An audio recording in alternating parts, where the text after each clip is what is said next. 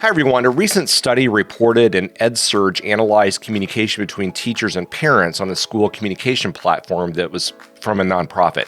An AI-assisted analysis of over 40 million messages on the platform showed that while the vast majority of those messages between teachers and parents were effective, they were really focused on things like logistics and what was called standard replies. Messages about academics, homework, attendance, participation, and behavior accounted for single-digit percentages. Many schools use parent-teacher conferences still, but that's something that's been around literally since I was a child and probably my parents as well. I think that a lot of districts are really trying to figure out what are the ways that we can have the best and most effective communication between our teaching faculty, our administrators, and our parents so that everyone is working together. That's what we'll be talking about on today's Teaching Matters podcast. Welcome to Teaching Matters, a podcast exploring all things teaching and learning. Teaching Matters is produced by NPR affiliate WOUB Public Media in Athens, Ohio.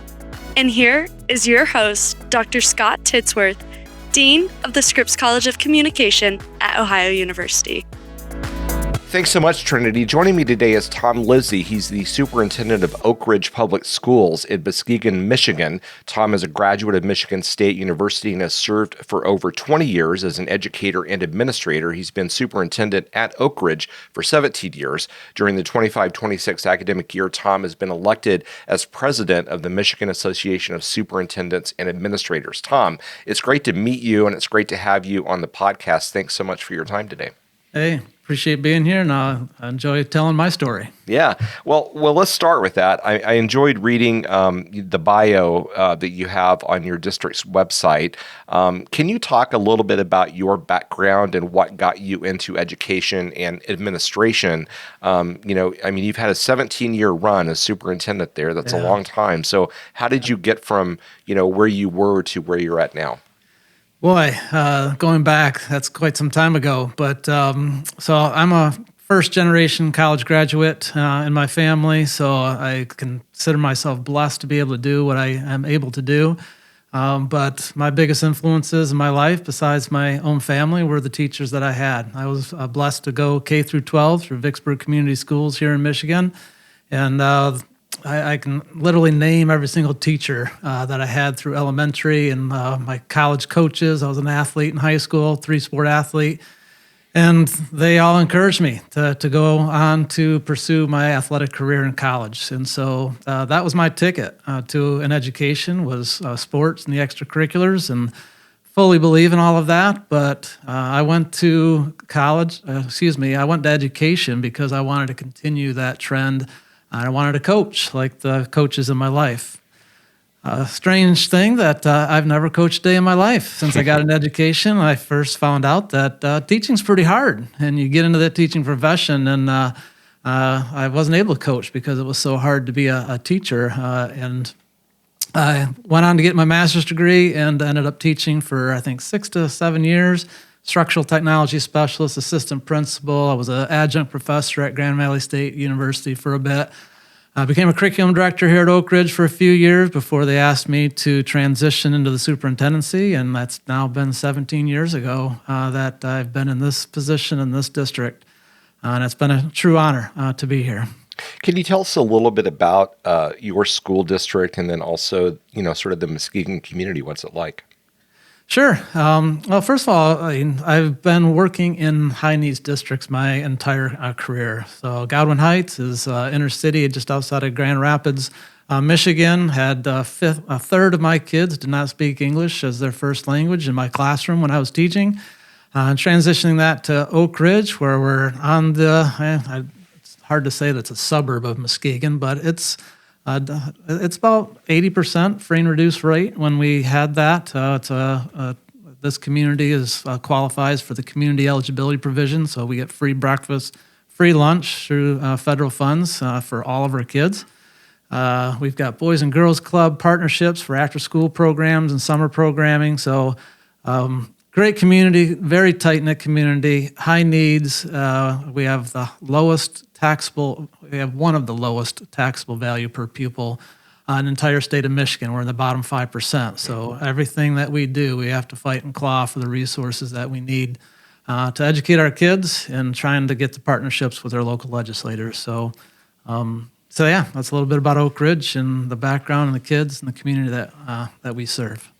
So in 2022, I read that your board approved a new strategic plan for the district. And one of the pillars, there are 5 pillars in the plan, one of those pillars was focused on parent caregiver community. Can you talk a little bit about why that pillar emerged as being so important for your district at that time when the plan was created? What were the conditions that you had observed and that your board had observed to really highlight that? Well, we are on Eagle Strategic Plan 3.0. Every 3 to 5 years, we renew that thing and reassess the needs of the district. And yes, I'm so glad that you noticed that is a significant priority. I've served under 35 board members since I've been here at Oakridge, and that is a common theme, that parent engagement is a top priority, and they want parents to be in charge of their kids' education, and we are a partner to the parents in trying to provide the resources and the tools for them to pursue the careers that they want to do once they're out of high school. So yeah, parent engagement, making sure that they're true partners is a high priority for this Board of Education. You being in your role for 17 years now, you're sort of like me in my role where the world has changed a lot from the day that we stepped into our seat until where we're at right now. So as superintendent, if you just think about the idea of communication with parents, how have you, we're going to delve into what you're doing right now in depth, but how have you seen that evolve over the 17 years that you've been superintendent? You probably started when websites were somewhat nascent, and right. Things have evolved a lot since then. Boy, I look back over the years. Yes, we used to have a district newsletter that we would actually pay postage stamps for and spend a lot of money printing those things, having to prepare those things 2 months in advance in order to get to mailboxes on time. I am the one. So full disclosure, I was an instructional technology specialist for a brief period in my career, and those kinds of things come easy to me. But I am the one that literally created our first website. I was the one to subscribe to Facebook for the first time, and now we're up to over 5,000 followers on that. TikTok, another tool that is recent that has gotten some attention. Twitter has come and gone for us, but YouTube channel is also another channel. We have a platform called Blooms for interactions with our parents. So all of those tools have evolved. We've used a number of tools over the years, but going from a print-based to a digital-based, and not just distributing, but actually communicating two-way, that's been a key aspect for us to try to truly engage, not just at the superintendent level, but at the classroom level as well, is giving teachers the tools to interact with the parents so that we can build trust, build relationships, and make sure that they feel supported. When I think about my own personal communication tools, and I think all of us are sort of like this. We've got the daily inflow of email that could number in the hundreds. We have text messages. We have Teams messages. We have social media. We have the academic platform, whatever it might be, in a university or a district where messages can come through.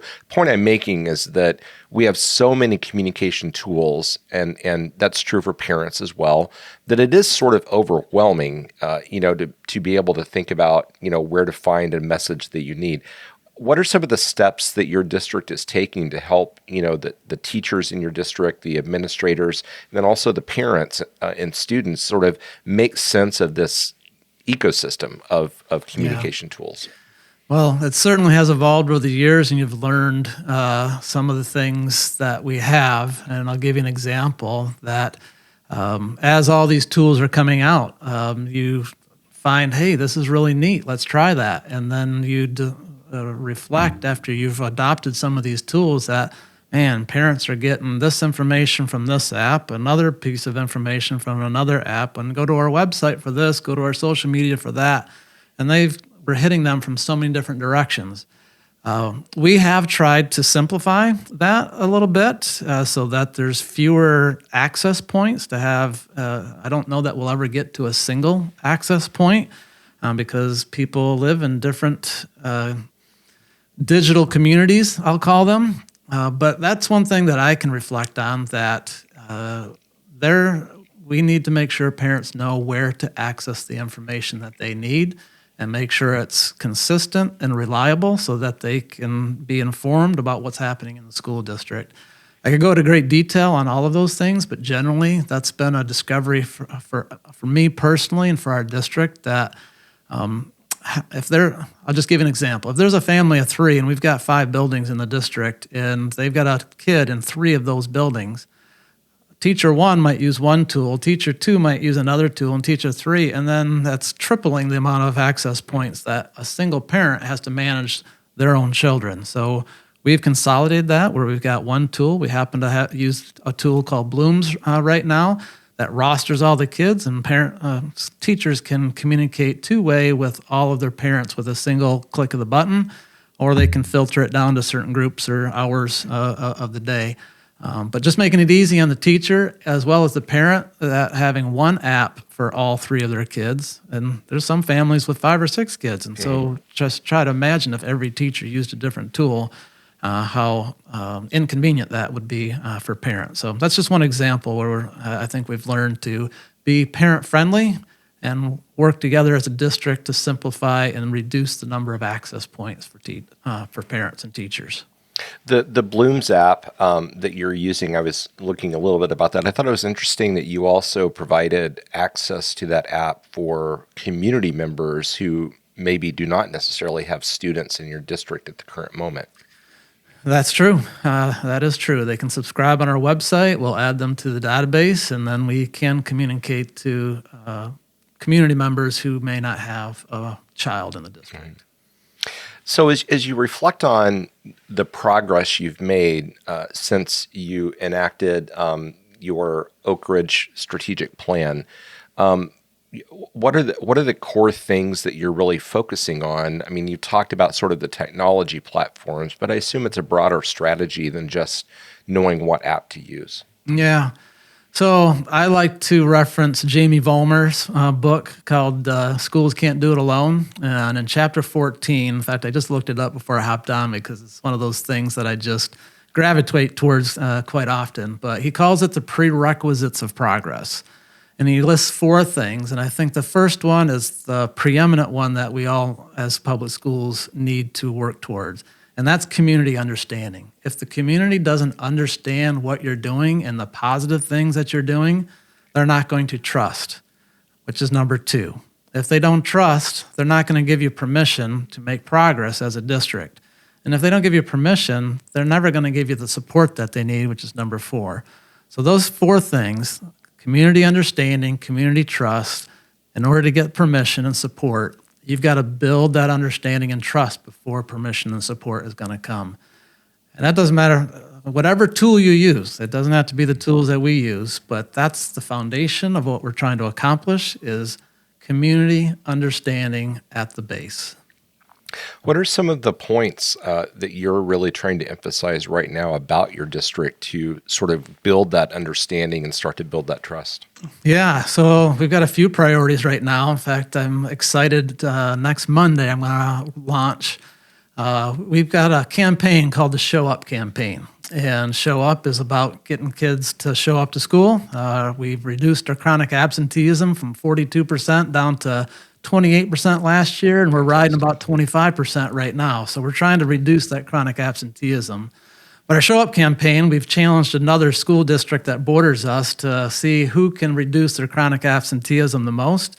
And on Monday, I'm releasing 40 days of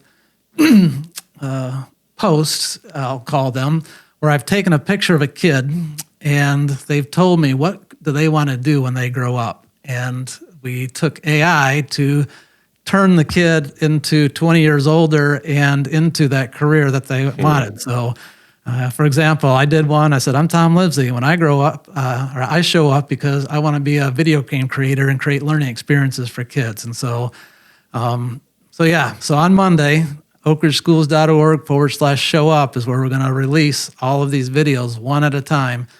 And that's just a creative, fun way to promote the kids. And I got the 40 highest attending kids that we did this with. And we're going to release these videos to encourage our students that, hey, when you show up, this is what you're going to become and you're going to be successful. And so attendance is a top priority, that we're using communication in a very fun way.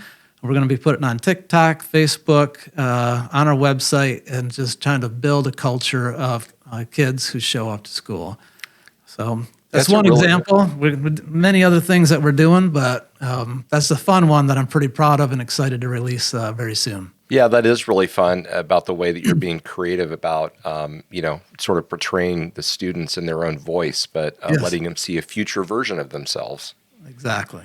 Yeah, I'm excited about it. When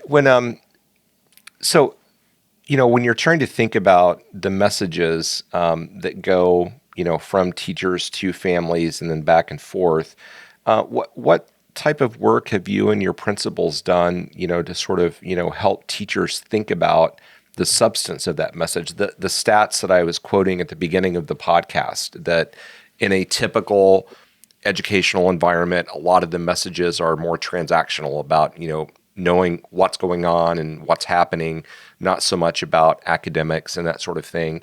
I don't say that to blame anyone, but it is a fact. I mean, even with my own communication, I do a lot of transactional stuff. What do you do with your faculty to try to help them envision ways that they can change the way that they communicate with parents, not from a technical sense, but from a substantive sense? Yeah. So I'm going to use one of my teacher's words to answer that question. So I have on my screen an email that came from one of my staff members maybe about 6 weeks ago, unsolicited. And she says, hey, this tool is the most amazing app. She was referring to the Bloom's tool at the time. Having access to parents set to send pictures and updates in a second is such a great tool. I sat here tonight sharing pictures and communicating with parents about their children trying and loving the yellow string beans as part of our grant that we received for fruits and vegetables. She goes on to describe things. So while I do agree that often communication is transactional, this is an example of a relationship that's being built around activities and trying to promote wellness and actually being able to not just send a few, hey, this is what we're doing, please get your homework turned in. They're actually talking about teaching and learning through this communication. And so, of course, this came to me through an email about a tool that she used through an app, but excited about what she's doing to partner, which goes back to what are we developing understanding and trust, permission and support. This all goes into that effort. So. Are there other, sort of anecdotal or even substantive evidence of success that you've seen as you've, sort of focused on this topic of community building over the last couple of years? Yeah, I think I'm going to, so this literally just happened to me yesterday. I get another email from a parent in the community, and she says, hey, as my child's senior year winds down, I want to send you a message personally thanking you for your efforts during my child's time at Oakridge Schools. You've been incredibly responsive and available when we've had issues, as well as incredibly in front of any potential issues and communicating them with everyone. It's nice to know what's going on in the district and what is the actual truth. She goes on to explain all of that. Unsolicited email coming from a family member that just made my day literally yesterday. And so our tools, our strategies working. Mm-hmm. There's one example that it's working at least for one parent. And I hope that there's more out there. But what better evidence than an unsolicited compliment to a superintendent in a small district that, hey, you're doing some good things in public education. Keep up the good work. We got you. Yeah. So you brought up the topic of chronic absenteeism, and certainly there are other issues that communication is so vital to besides just being in school. But we know that chronic absenteeism is sort of an issue that faces every district to some degree or another, and everyone's trying to improve that. If you were talking, and I know that you do consult with other schools, if you were talking to other superintendents and they said, look, Tom, I've got to figure out a way to get my students into the classroom, to get communication more robust between faculty or teachers and parents. Where do I start? What would be your advice for sort of biting off pieces of the apple to start moving down the road of sort of building that culture that you described? Absolutely. I think step number one, you have to give employees, primarily teachers, the tools that they need to communicate with the families. And that comes through a number of different forms. We're not ever going to take our Google Gmail accounts away. I mean, that's a pretty standard way of doing communication. The Blooms app I told you about, but we've got some other tools that have online learning environments and ways to interact with the content and the way that we communicate through the platforms and things like that. But I think I said, the more tools you have, the more training and more time you have to train people. And so trying to consolidate those tools into a few effective tools. You'll never get down to just one, in my opinion. I know that there's vendors out there that are trying to be the super app for everybody, but there's just too many avenues and places in the digital communities that are out there that you have to access parents where they're at, but also be efficient at making sure that the information is getting where it needs to go. But you can't build partnership without two-way communication. So those tools do have to be two-way communication ways of communicating. So those are a couple things that I would advise is putting the tools in teachers' hands, training them on utilizing those tools, consolidating the number of tools so they have fewer things to learn. That's what you're going to help develop understanding, trust, permission, and support with in any community. In terms of, so I want to go back to parent-teacher conferences. I know that, that's something that's still a part of culture of nearly every district that I know of. Yep. Have you given thought to what the future of parent-teacher conferences are? And I don't say that in the context that we shouldn't have them. I think parents need to be in schools and talking to teachers.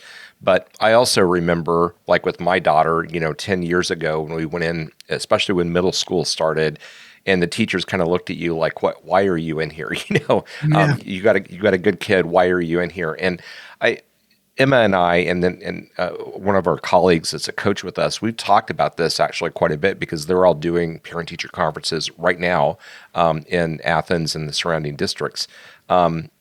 What do you think the future of that is? Because there are so many communication tools. It's personalized, like through your app, and you can talk to individuals or, conveniently entire classrooms and parents associated with the students.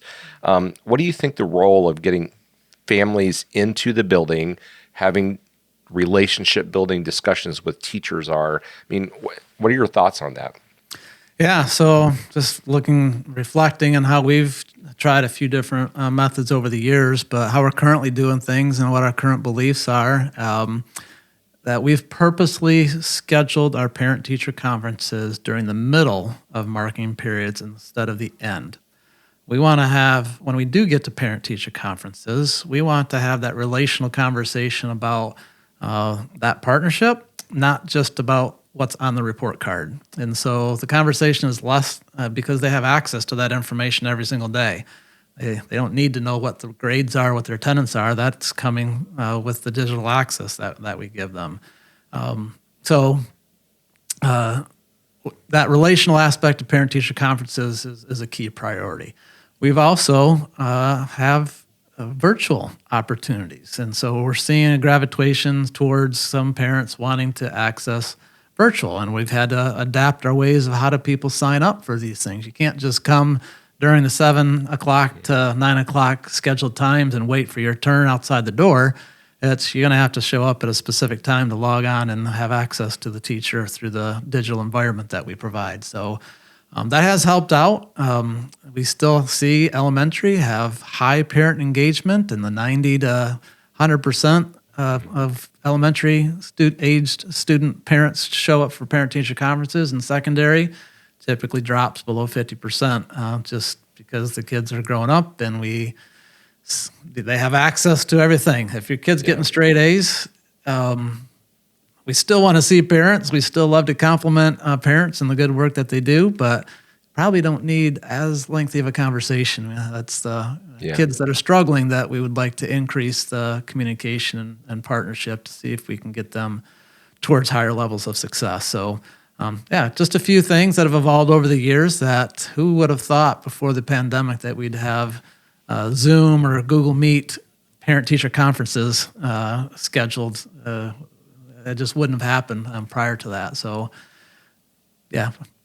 really excited about how we're doing things and the help that it's being to partner with parents and getting them the information they need about how their students performing. Yeah, certainly it opens up opportunities, for some parents to be able to join. I've even noticed, so in my college at Ohio University, we have student success advisors, or what we would have called counselors back in the day, and there are definitely a population of students who prefer to do virtual advising appointments with them, even though it's very convenient for them to stop by as they're coming in the building. And I do think that's an interesting byproduct of what we all went through in COVID and sort of learned, ways that we can use this type of a digital interaction, effectively and still build relationships. And so I agree with you. I think that's an interesting perspective. I think the last question that I want to ask you is actually not about what we've been talking about, but I was reading in your bio and noted the fact that you do consult with other districts, and you mentioned Alaska.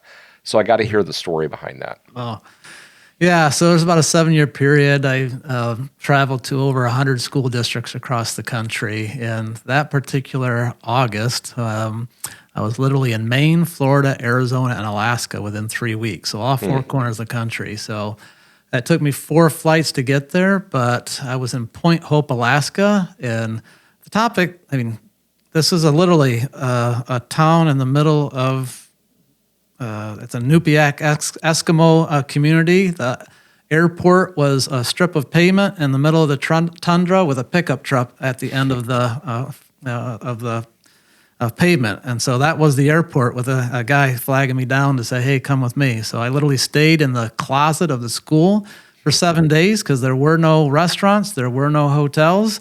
And I helped that community of educators in the Point Hope, Alaska. It's the point that's closest to Russia, if you can picture that. Mm-hmm. And so, lo and behold, education has happened in the middle of nowhere in Alaska, and it was just as normal of a school as in my backyard here. That kids and teachers are teaching and learning, and I was helping them with database school improvement, how to use data to improve instruction, and I could go on for stories about what I learned about that culture and stuff. Yeah. But what an experience to go to a native Eskimo, a Nupiaq Eskimo community and help them with teaching and learning just like we do here in Muskegon. Yeah, that had to be a life-changing experience in some level. Incredible. Absolutely incredible. Yeah. Last question. I want you to be able to brag a little bit about your district. As you think about, where you're at right now, what are some of the pride points that you have on what you and your staff and your students and families have accomplished? Boy, thank you. I already talked about one, the high poverty community, and trying to get people to understand the importance is you got to be here to learn here. And the response that our community with helping us reduce our chronic absenteeism, I couldn't be more proud.